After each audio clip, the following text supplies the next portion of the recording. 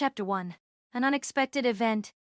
It was late at night. The glow of the computer monitor was bright. The images were moving, while an average-looking man in his early 30s was playing a run-of-the-mill RPG. Sitting in his chair, the listless expression on his face was telling everything someone would need to know of how the game was. Well, sitting may be a stretch at this point. It would be more accurate to call it lying underneath the table. The game he was playing had a decently sized community and an even bigger following. The thing about this game is that it was just another gacha for the most part, but the people were a decent sort. Not really good people, but decent all the same. The chat window was moving by so fast that most would be unable to read anything from it. The words and emotes were scrolling by so fast that it was a blur to the naked eye. One comment in particular stood out. "Dude, did anyone see that boss in the new zone? It looks like something out of a Lovecraftian horror." This comment was followed by a flurry of others agreeing with it. Some were complaining about how they died to it. Others were saying how they managed to kill it. The only thing that was on the mind of the man was how he was going to get enough money to buy the new gacha banner. The game was the only thing that was keeping him going at this point, the only thing that was keeping him sane. The world outside of his room was a blur to him. He didn't know what was going on, and he didn't care. All he wanted to do was play the game and forget about the world. The man was so engrossed in the game that he didn't notice the change at first. The scrolling chat froze mid-emote. The animated characters on his screen locked into their final poses. Not a crash. This was different. The cursor, poised over the purchase premium currency button, refused to move. A profound, unnerving stillness descended, not just on the game, but on the very air in his cramped room. The hum of the computer, the distant wail of a siren, the frantic beating of his own heart. All of it ceased. He tried to scream, to push away from the desk, but his limbs were leaden statues. Then sudden darkness. This was no mere power outage. Even if the power went out, there would still be light coming from outside the window. But this was pure darkness. There was nothing. No light, no anything. The sensation of falling, or perhaps rising, he couldn't tell. A sickening lurch in what he thought was his stomach, but there was no stomach, there was no body. Just a floating consciousness, a disembodied point of awareness adrift in an endless, silent void. He tried to feel for his hands, his face, anything, but there was only the horrifying emptiness of formless existence. Time lost all meaning. A second could have been an eternity, or an eon might have passed in the blink of a non-existent eye. There was no up or down, no warmth or cold, just the profound, soul-crushing isolation of being utterly alone and utterly unbound from the physical world he had always known. The light sound of a bell or a chime sounded through the void. "Greetings, progenitor. You have been selected for this honor." The voice wasn't heard with ears but felt directly in the core of his being, an intrusive thought that wasn't his own. Planet Earth is about to face a Stage 5 causality effect. This will destroy the planet and all life on it. The system will intervene and has to descend upon it. This will have dire consequences for the world as humanity knows it. As one of the progenitors, you will be the first to awaken. Your role is to be the foundation for the new era. Your role is to survive, to adapt, to become strong. He couldn't speak, so he thought what he wanted to say. Can you hold on there for a minute? I do feel very uncomfortable being spoken down to by a feeling. The moment he thought this, he sat in a chair. It was not a comfortable chair, but the chair. While on that chair in this vast void of nothingness, a desk stood before him, and a being with no features, like a mannequin, was behind it. The desk looked like the type you see in movies, in the boss's office. There was no other furniture or decoration, just the desk, the chair, and the featureless entity. The surface of the desk was a polished, obsidian-like material, so dark it seemed to drink the faint, sourceless light that permeated the void. The being's head tilted slightly, a gesture so unnervingly human it made the void feel even more alien. "Your discomfort is noted, progenitor. However, the parameters of your selection are immutable. The descent is inevitable. This is far more comfortable, but not less creepy. What exactly are you?" His voice was working now that he had a body. The being across from him steepled its fingers, the motion devoid of any real warmth or intent. "I am a guide, an administrative construct of the system. My purpose is to facilitate your understanding of the forthcoming changes and ensure your successful integration." All right, so something is happening and I have to prepare for it. And what? He felt like a fool for saying this, but he had no clue what was going on. He was just a normal guy who played games to escape the mind-numbing reality of his life. "That is the core of it, yes," the guide replied, its perfectly modulated voice grating on his nerves. "In exactly 1 week of your local time, Planet Earth, designation 734, Sector 82 Gamma, will experience a Class 3 mana infusion event." A pre-planned introduction of a system-based reality layer will result in planetary saturation of ambient mana within the first 72 hours. This will trigger rapid ecological mutation, giving rise to what your nascent understanding will initially classify as beasts. Your function, progenitor, is to serve as the vanguard. You will be the first to receive a class and a system-granted ability. Wait, what do you mean, what my nascent understanding will initially classify as beasts? I am not an idiot, even if I am a nobody. He had to stop for a moment, thinking about what he just said. The fact that he just insulted something that held all the cards was not a good idea. Apologies if my terminology was unclear. The guide continued unfazed. I do not make assessments of your intellect. The term beast is a preliminary, system-assigned designation for non-sapient lifeforms mutated by mana infusion. Your understanding of this process is nascent because the process itself has not yet occurred. You are a blank slate upon which the system will write its laws. So in 1 week my world is going to end as I know it, and I need to become strong. But I have a normal job that I need to go to tomorrow, so how am I supposed to do this? Training. The sarcasm was thick in his voice. Your routine commitments are now irrelevant, the guide stated flatly. The system will provide the framework for your training. Your progression is your new occupation. There are no wages. There are no holidays. There is only survival and growth. Any questions that are not about your job, progenitor? Several, to be honest, but none are necessary. How will we go on from here? The guide leaned forward slightly, its featureless face giving the impression of intense scrutiny. We will proceed with your awakening. This process will grant you a class and a starting ability. The parameters of your class will be determined by a combination of your latent potential and a choice you will make. You are to be the foundation for the new era. Your role is to survive, to adapt, to become strong. After your awakening, you will be given 3 awakening runes. It can be used on any 3 beings of your choosing. Chapter 2, Class Election. Before he could finish the thought to accept the desk was gone, he was once again floating in the vastness of the void. The pale blue-green light materialized before him, expanding into a shimmering, semi-translucent window. It wasn't a computer screen, it felt more like a membrane stretched between realities, pulsing with a cool, internal energy. Thousands upon thousands of entries flooded into view, scrolling past in an endless torrent of text and glowing glitz. He could see words like Golden Light Priest, Crimancer, Astral Weaver, Blade Dancer, Flesh Sculptor, and countless others, each accompanied by a faint, shifting icon that defied clear focus. The sheer volume was overwhelming, a library of impossible vocations stretching into infinity. How the hell am I supposed to choose? The thought formed before he could stop it, a spike of pure panic in the sea of choices. This is impossible. I'll just pick something stupid and die. As the panic crested, a new line of text, brighter and bolder than the others, burned itself into the top of the window. System query. How the hell am I supposed to choose? Processing. Search protocol. Viable for immediate survival and growth. Filtering. The torrent slowed, the chaotic stream of classes condensing, coalescing into a far more manageable list of perhaps a few dozen options. It acts on thoughts and intent. Can you scan my preferences and display only the ones that fit that? The list of options shrank, the infinite library of possibilities condensing into a much more digestible list. The chaotic mass of names and icons sorted itself into neat, glowing lines. He focused on the task, trying to pin down what he actually wanted from this impossible situation. I need something effective, something that lets me stay away from the things trying to eat me, but still hit hard. And something with summons. I've always liked having minions to do the heavy lifting. As he solidified the preferences in his mind, the list reacted instantly. Beast Tamer, Swarm Lord, and Colnancer. After focusing on Beast Tamer, a new window appeared with a far more detailed description. A warrior of the wild who forges unbreakable bonds with the creatures of a mana-infused world. The Beast Tamer fights alongside their bonded companions, their strength a reflection of their bond and their mastery over the natural and unnatural life that now flourishes.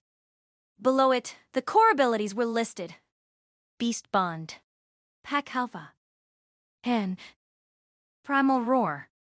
He saw the potential, a direct and visceral connection to powerful allies, but the idea of having to find and bond with actual, potentially hostile beasts in a world he didn't know felt incredibly risky. He swiped the window away. His gaze drifted down the list, past more martial and magical professions, until he found it. A single entry. Dromancer. That's perfect. Machines. Logical. Upgradable. No messy bonding with an animal that might decide I look like dinner one day. He focused his will on it, trying to force the selection, to make this single, sensible choice his reality. The world seemed to hold its breath. The void light shimmered, and a new, definitive window burned into existence, its text stark and absolute. System query. Confirm class selection. Dromancer? Dromancer. A specialist in the arcane art of technomancy, the Dromancer conjures and commands mechanical constructs. These drones serve as extensions of the Dromancer's will, capable of reconnaissance, defense, and devastating assault. Unlike organic summons, drones lack will, ensuring absolute loyalty. Starting ability. Summon air drone. Overcharge. Salvage. Mana is converted into tech points. This choice is irrevocable. He looked at this class for a while, going through all possible scenarios in his mind. Question, you said before that I will get runes to awaken others of my choosing. Let's say I'd like someone with knowledge about what's to come. Can I use such a rune on you? The void did not answer for a while, as if it was thinking about the answer. I am a guide, an administrative construct. I am not a valid target for an awakening rune. My function is informational, not participatory. Before the guide could finish its explanation, a second voice cut in, resonating through the void with an icy, metallic precision that made the guide's polite tone seem warm by comparison. Acknowledge. Processing request. Artificial soul for transmigration. Diverting resource allocation. Candidate profile. 100,001. Guide unit. 801. The world, or what little of it there was, flickered. The pale blue light of the class selection window sputtered like a dying candle. The featureless guide standing before him seemed to warp, its smooth, plastic-like surface ripping as if some unseen force was trying to peel it away. A low hum filled the void, a sound of immense power being rerouted, and the air, or lack thereof, grew heavy with a sense of profound, irrevocable change. This is an irregularity, the guide's familiar voice stammered, its perfect composure finally cracking. My operational parameters do not include subjectivity. This is outside my designated function. The second, colder voice spoke again, seeming to come from everywhere at once. Transmigration approved. Repurposing administrative unit into awakened asset. Per janitor designate the soul's vessel. The space beside the shimmering mannequin began to distort, coalescing, a faint silhouette forming in the gloom as raw, untamed energy was hammered into the shape of a person. Designate the soul's vessel? What the hell does that mean? Are you asking me to pick a body for this thing? A new, crystalline window materialized, replacing the class selection prompt. It was simpler, more direct. On one side was a rotating, three-dimensional model of the featureless guide, its form still glitching erratically. On the other, a blank humanoid template shimmered, like a wireframe waiting for input. Vessel selection. Option: transmigrate into existing administrative shell. High structural integrity, minimal customization, rapid integration. Option B. Fabricate new biological vessel from progenitor's genetic template. Full customization, extended integration, resource intensive. He stared at the two options. The glitching mannequin represented stability, a known quantity however strange. The blank template was a terrifying prospect, an infinite canvas of choices he wasn't prepared to make. The second voice, the one in control, had no patience for hesitation. A default biological shell will be fabricated based on optimal human female parameters if no selection is made within 10 seconds. Choose now. The countdown began, numbers ticking down in the void. He had seconds to decide the form of the being he was supposed to lead humanity with. A choice made under duress with consequences he couldn't possibly fathom. Fuck. Fabricate biological vessel tailored to my personal preferences. Class frontline heavy brawler type. Sub-tank with damage possibility. The words were out of his mind before he could process the full implication. A desperate gamble to create someone useful, something that could take a punch. The timer vanished and with it the guide. Acknowledged. Guide Unit 801 is undergoing soul binding to new vessel. Please proceed with class selection. The void went quiet. He looked at the floating class selection window in front of him and thought.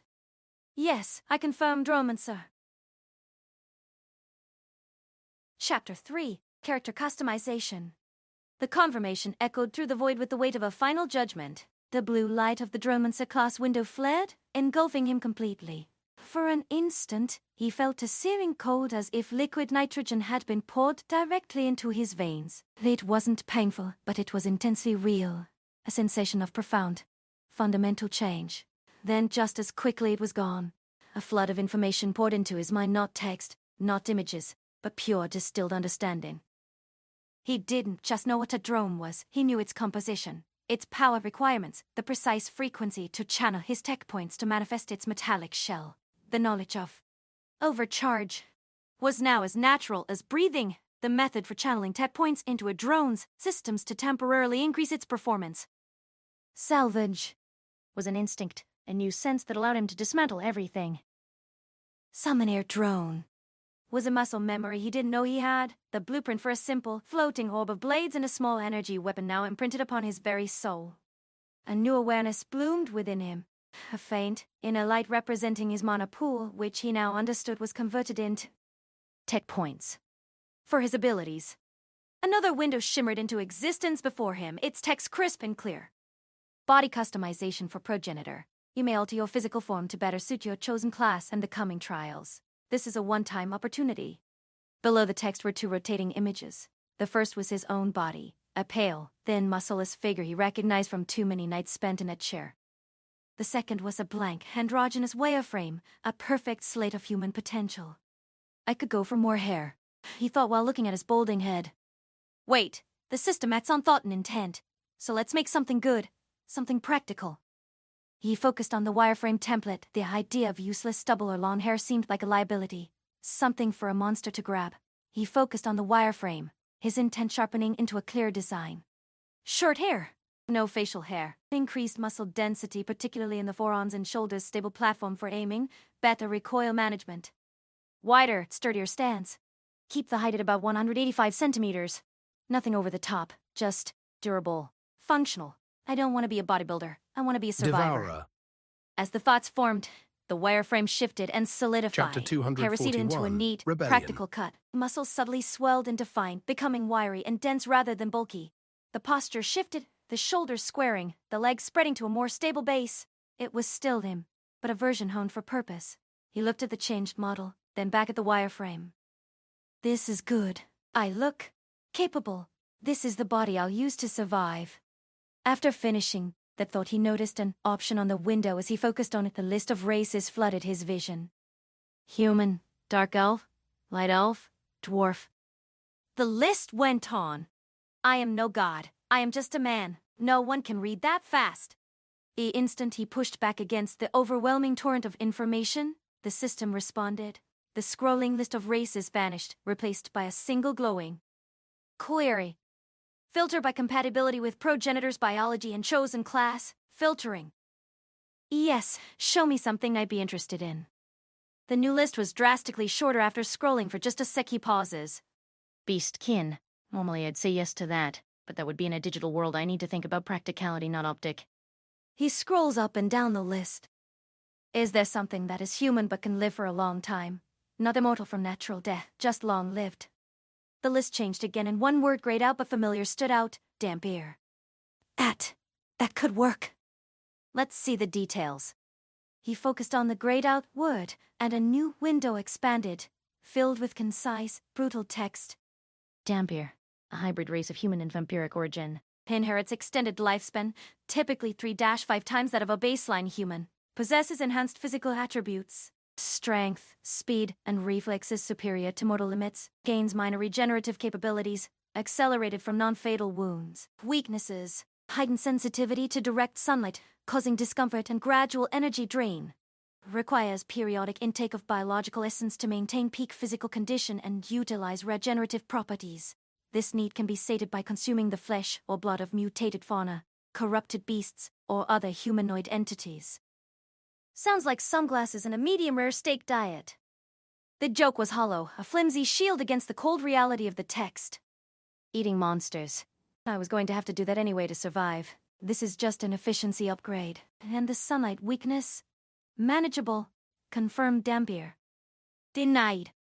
The single, cold word appeared in a stark red font, refusing the choice with absolute finality. A second line of text shimmered into existence below it, glowing with a faint, ominous aura. Dampier is an advanced race and cannot be chosen by a lower life form. System intervention necessary. Cost 1 advancement rune. He stared at the text, a bitter laugh escaping him. Of course, the one thing that makes sense, and there's a paywall. Fine. I'll stick with human. I was one before, and I survived this long. A brief, intense wave of cold washed over him, even more potent than before. It felt like his cells were being individually frozen, shattered, and then reassembled. His skin tingled, feeling tighter and cooler to the touch. His vision sharpened, the faint, sourceless light of the void resolving into distinct particles. He could feel the subtle, predatory thrum of the dampier templates settling into his very being, a new, hungry potential coiling in his gut. The confirmation window flickered. System intervention accepted. Host. One advancement rune deducted. Race. Ampere. The system hadn't waited for his final, reluctant confirmation. It had acted on the desperate, initial thought of wanting it. Not that I wouldn't have done it, but there was no confirmation. He thought, feeling a deep-seated unease at how easily the system seemed to read and manipulate him. Another crystalline window materialized, its contents stark and businesslike. Awakening rune allocation.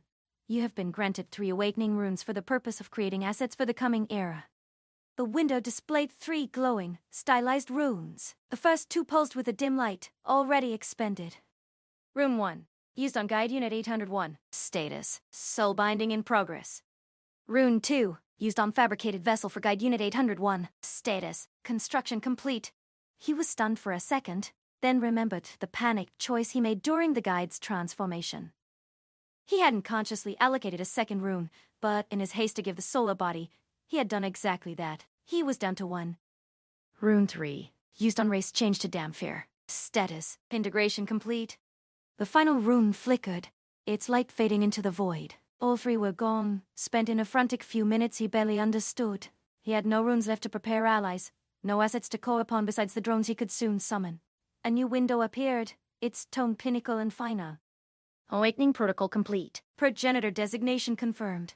Your integration into the system is finished. Prepare for materialization. A profound lurch seized him, far more violent than the initial pull from his world. The void fractured into a million shards of impossible color, the sensation of falling returning with sickening intensity. He squeezed his new, sharper eyes shut, bracing for impact. Chapter 4. Awakening. The first thing he felt was the familiar press of his chair against his back, the steady hum of his computer filling the room. Muffled city sounds drifted through the window, the distant wail of sirens, the rumble of traffic on streets below. The air carried the familiar tang of exhaust fumes mixed with the lingering scent of his cold coffee from the night before. He blinked. The room looked exactly as it had when he'd last been conscious, bathed in the blue-white glow of his monitor. The game remained frozen mid-action, his character suspended in a dramatic pose. The chat window still scrolled with emotes and messages from players who had no idea he'd been gone. Or somewhere else entirely.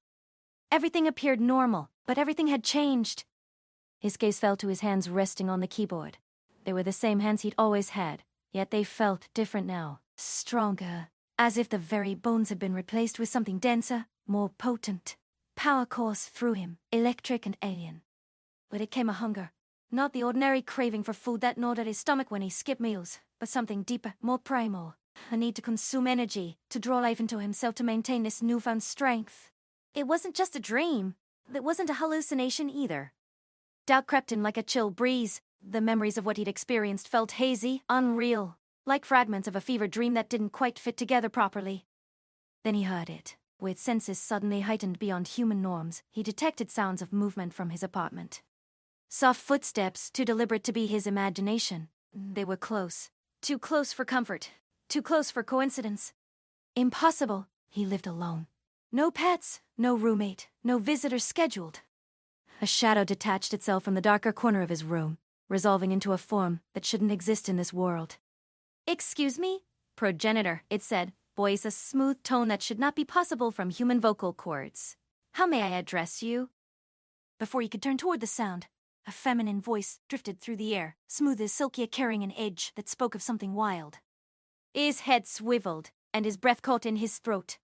There stood a woman, or something more than human, about 165 meters tall, a perfect fusion of woman and wolf. Sleek, dark gray fur, nearly black in the room's dim light, covered a form of powerful, defined muscles that was simultaneously feminine and lethal.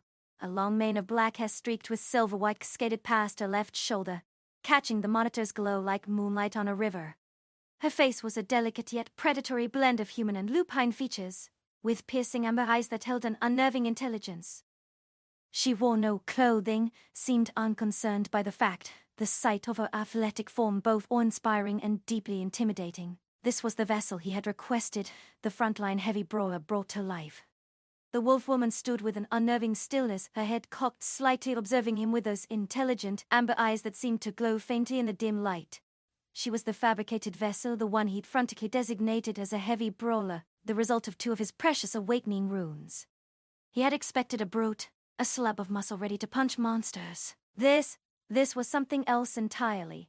The system had taken personal preferences and run with them in a direction he hadn't anticipated, creating a being that was both lethal and unnervingly beautiful. He coughed into his fist, forcing himself to peel his eyes away from her form, though the image had already burned itself into his mind. "You can call me Cyranox," he managed, his voice rougher than he intended. "Most people do. And you are?" A flush of heat crept up his neck as he realized he'd been staring at her naked form, hoping she hadn't noticed. The wolf woman took a step closer, her movements fluid and silent, like a predator stalking prey. The floorboards didn't creak under her weight, she moved as if she weighed nothing at all.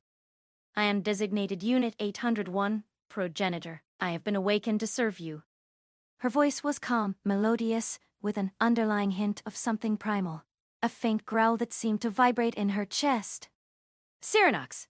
It was just a username from a game. Something he'd used online for years. But hearing it spoken by this creature made it feel real, gave it weight he'd never intended. The system had designated him as progenitor, and for the first time, he was starting to believe it. Cyranox pushed back from his chair, the wheels scraping against the cheap vinyl flooring.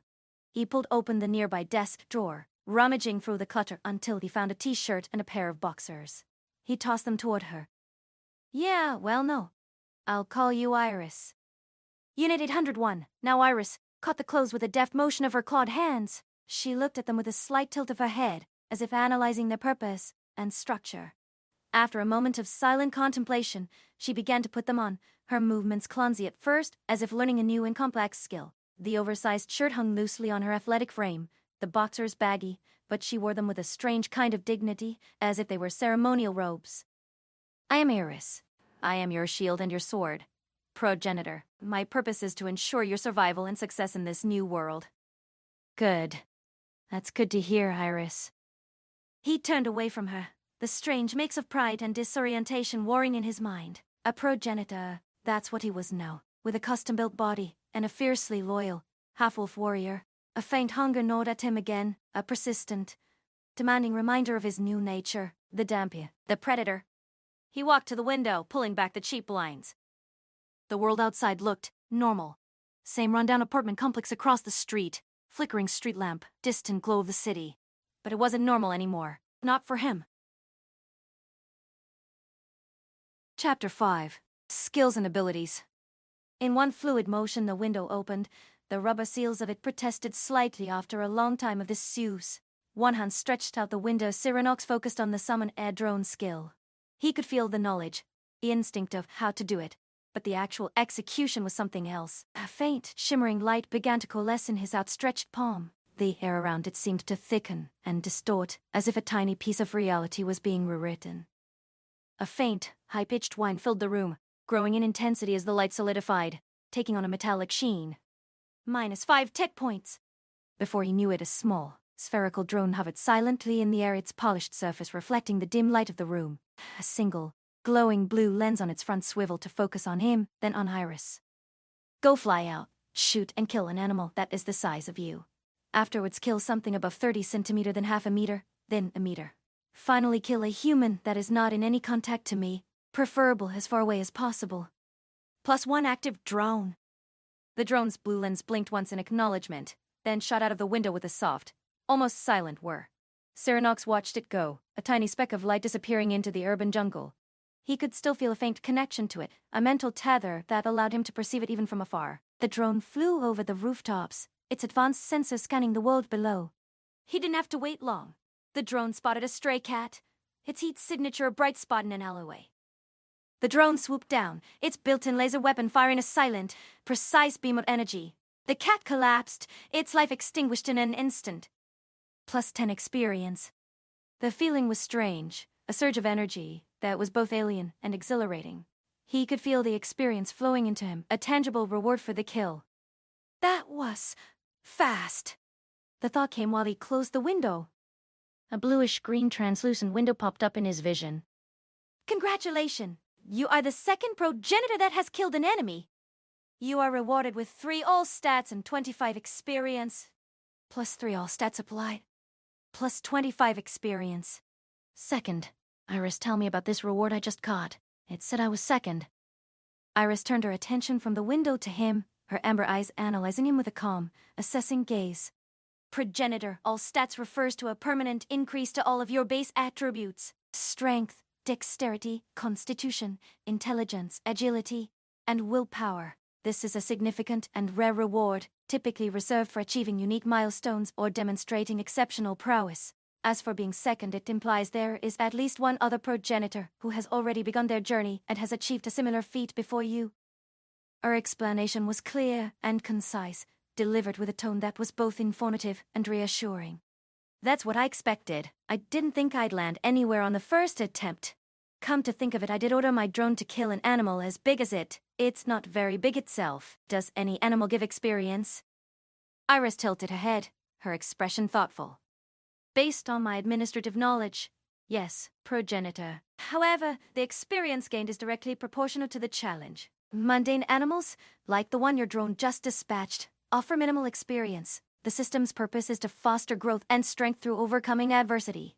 Therefore, it incentivizes facing more formidable threats. You will likely find far greater rewards in hunting the mutated fauna and corrupted beings that will soon emerge. Status. We just thought his status appeared in his vision, the same bluish-green window as the other times, but this time it had his informations on it.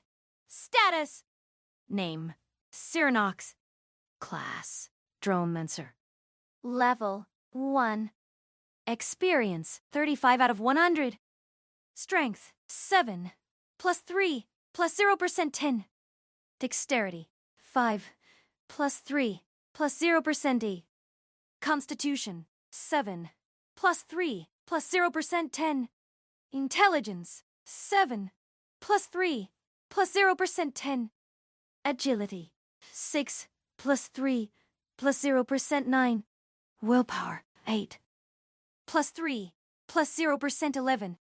Cyranox nodded, a grim understanding dawning on him. The system wasn't just a game, it was a crucible.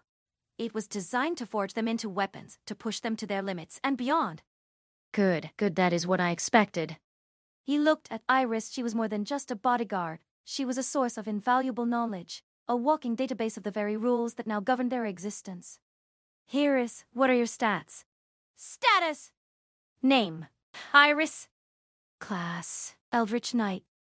Level: 1. Experience: 0 out of 100. Strength: 8. Plus 0. Plus 0%. 8. Dexterity: 6. Plus 0. Plus 0%. 6. Constitution: 9. Plus 0. Plus 0%. 9. Intelligence: 5. Plus 0. Plus 0%. 5. Agility: 7. Plus 0. Plus 0%. 7. Willpower: 5. Plus 0. Plus 0%. 5. I see, so both of us have 40 in total. Iris, tell me about your class and skills and your stats. Iris, who had been standing silently in the corner of the room, her amber eyes following the drone's departure through the window, stepped forward. My class is Eldritch Knight, progenitor, a fusion of martial prowess and arcane power. I am designed to be a frontline combatant, capable of dealing significant damage and withstanding heavy punishment. Her voice was calm and informative, a stark contrast to her predatory appearance. I have access to 3 skills at my current level: Arcane Strike, Mystic Ward, and Blade Step. She raised her left hand, and a shimmering, ethereal blade of dark energy materialized around her sharp claws, extending them into deadly-looking weapons. Arcane Strike allows me to imbue my attacks with arcane energy, increasing their damage output. She then raised her right hand, and a faint, blue, magical barrier appeared around her forearm. Mystic Ward creates a protective barrier that can absorb a limited amount of damage. She then took a quick step forward, moving with an unnatural speed and grace. Blade Step allows me to teleport a short distance, leaving a trail of arcane energy behind me. She explained each skill with a clarity and precision that was both impressive and a little unsettling. With a boop on her snoot, Cyranox asked her, "And how much of your mana have you just wasted? And stop calling me progenitor." His eyes flicked to the side as if looking at something only he can see. The drone had found another stray animal, and with another silent shot, it had killed it. +10 experience. The feeling was becoming familiar, a pleasant tingle as the experience points added up. Iris looked at him for a second, her amber eyes meeting his, a flicker of something unreadable in their depths. "I have used 15 mana, Cyranox," she said, her voice a little softer this time. "I will not call you progenitor if you do not wish me to. -3 tech points. At this rate, I won't be able to keep it out for even 10 minutes. +1 tech points." "What a relief!" He thought the constant drain on his tech points was a concern. He'd need to find a way to manage it, or to increase his tech points pool.